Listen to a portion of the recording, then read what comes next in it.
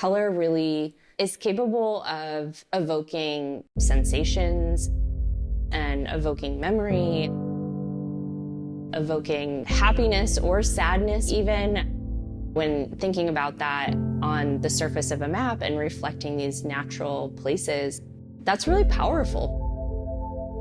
When I joined Google Maps, pretty quickly I realized that there was just a lot of complexity on the map, like 700 colors.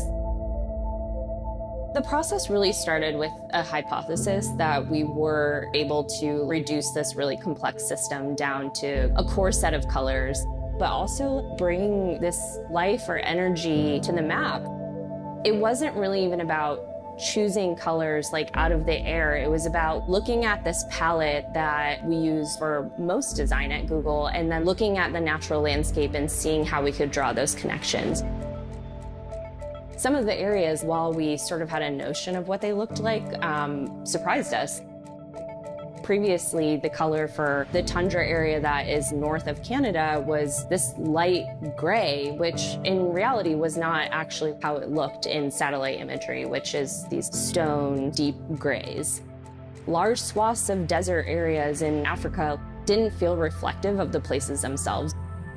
It really didn't sit right with me in terms of understanding regionally what that desert actually looks like. You need to believe what you're seeing on the map. That's so important, and you need to have the confidence that it's reflecting the world that you're living in. The way that we were shaping how to bring all these colors together were from personal experiences across the team. It came back to that responsibility of, is this reflective of that place? What I spent a lot of time thinking about was where I grew up. Thinking about Michigan and thinking about northern Michigan specifically, most of my childhood memories are of this pretty specific area. I think about how it felt to be in those spaces.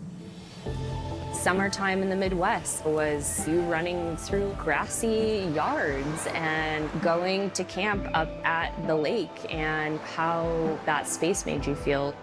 Color is a huge part of that experience that you were having at that time. Water was one of the most interesting parts of the map to design. Water is so personal for people. Where you grew up informs a lot about how you perceive color and the emotional layer that you put on it. We actually had to do probably 50 to 100 explorations of how to actually change that color and reflect it back to people in a way that felt right.